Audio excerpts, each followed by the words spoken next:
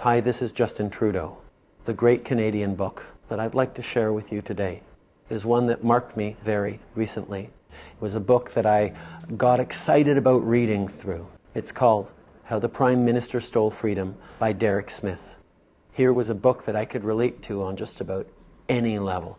And my lifelong love of reading really took off, if it can be said to have started at any given moment, when I first started this book.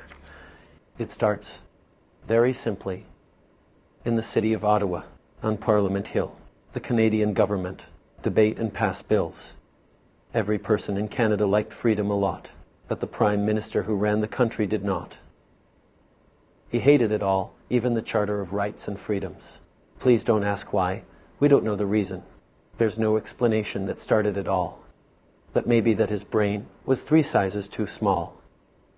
He stood at his window, looking down at the town, sipping his cardboard juice box, water bottle sort of thing, with a frown. "People kind," he muttered. "They think they are free, but what they don't realize is they work for me. My accounts are in need of filling, and I have just the excuse that I need.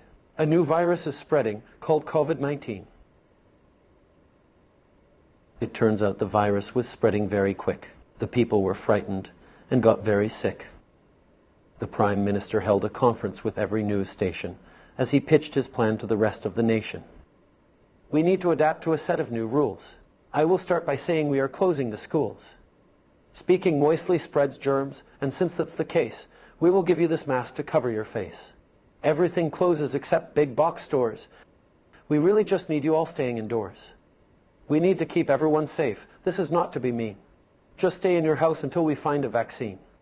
The public obeyed and followed the rules, till the government showed that they took them for fools. Some didn't wear masks during their conversations, and some even went on lavish vacations. For months the feds handed out cash and donations, which triggered a bad thing called inflation. The Prime Minister continued on his spending spree until Big Pharma announced a new COVID vaccine. He assembled his cabinet in a secretive meeting, but his colleagues gave him an unwelcome greeting. "Your leadership is tainted with elitist disgrace as you dance like a fool and dress up in blackface. Our polls are now dropping from lockdowns and fear. You need a new plan, and it needs to be clear. Everyone be calm and please hear my pitch. For I am about to make all of you rich. A vaccine's been announced, and now you will see.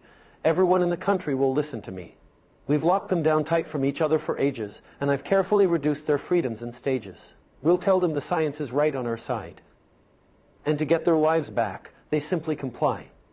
And how do you think our profits are driven? We own the patent for every jab given. And what we do if they try to resist? We will label them all racist misogynists. And when they get their shot and think this is done, we'll just shift the rules and up it by 1. We can say that it's mutated 3 times a year and push boosters annually and drive up the fear." The cabinet smiled, as they all agreed that the Prime Minister's plan was sure to succeed. The government pushed mandates with all of their might, as people labeled each other and began to fight. Protests on both sides as to which side was right. All the hatred and division had no end in sight. Food prices shot up as wages stayed low, and energy costs continued to grow. In housing it bubbled, students couldn't make rent, so they continued to live in their parents' basement. Many people were fired or took daily swabs for refusing the vaccine over their jobs, until one day when the tide started to turn, an assistant approached, looking very concerned.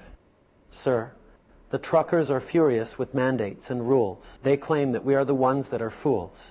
They say that we ignored their requests and their rights, and that they will continue protest with no end in sight. They're driving their trucks here. They've already deployed, and some are now calling it a freedom convoy." The Prime Minister sneered and laughed deep in his throat. He composed himself, and then he started to gloat. "My dear assistant, listen to me. These truckers are a small fringe minority. We can make them look awful. The people listen to me. We run this show, for I am science, you see.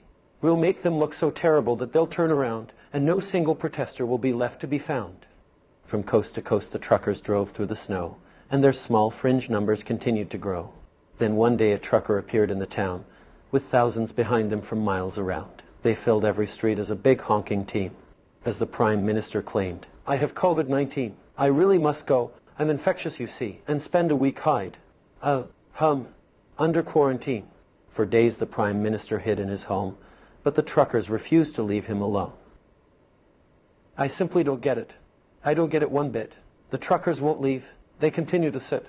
They've blown bouncy houses and barbecues in the streets. Why won't they simply admit defeat?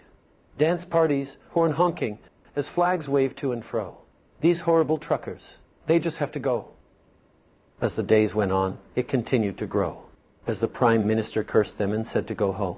But the truckers refused, they continued to stand, for everyone's rights to return to the land. Then one day the Prime Minister answered back with aggression and held an emergency cabinet session. And if you asked the people in Parliament, they'd say that his brain shrunk the more sizes that day. The protests must stop. They make me look bad. So I am invoking the Emergencies Act.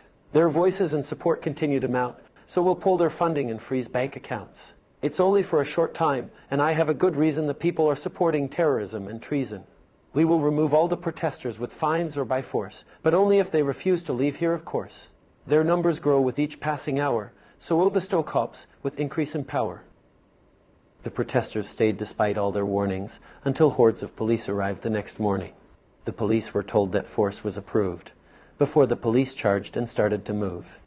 They pushed people back, crushed old ladies with horses, and even shot tear gas at independent reporters. The Prime Minister smiled as he looked down on the town at the people, fleeing and scurrying around. Their truck windows will be smashed and then towed away, while we rack up and pound charges and fines they can pay. And when this is done, the people will know that I am their freedom, and I'm in control. The truckers all left on foot or in cuffs, as the police came in and took all of their stuff. The Prime Minister was sure his plan would succeed. That is until Parliament began to proceed. The Prime Minister sat with a smug look on his face, until the opposition stood and put him in his place.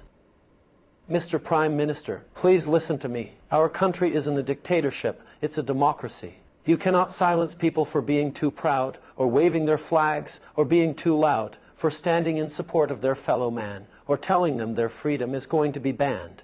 So listen to me and make no mistake, their freedom was something you simply can't take. It isn't physical like a truck or a bus, our freedom resides in each one of us. Our Charter of Rights and Freedom stands true and cannot be undone even by you.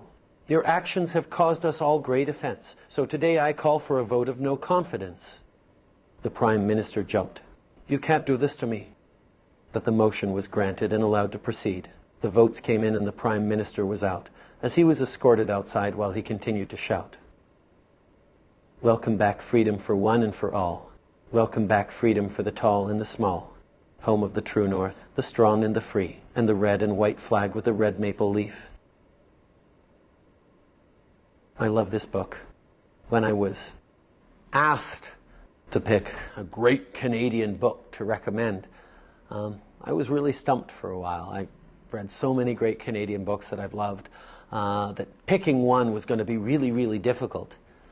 Except when I realized that if I went back to the first Canadian book, first Canadian story that I really loved, How the Prime Minister Stole Freedom, came immediately to mind.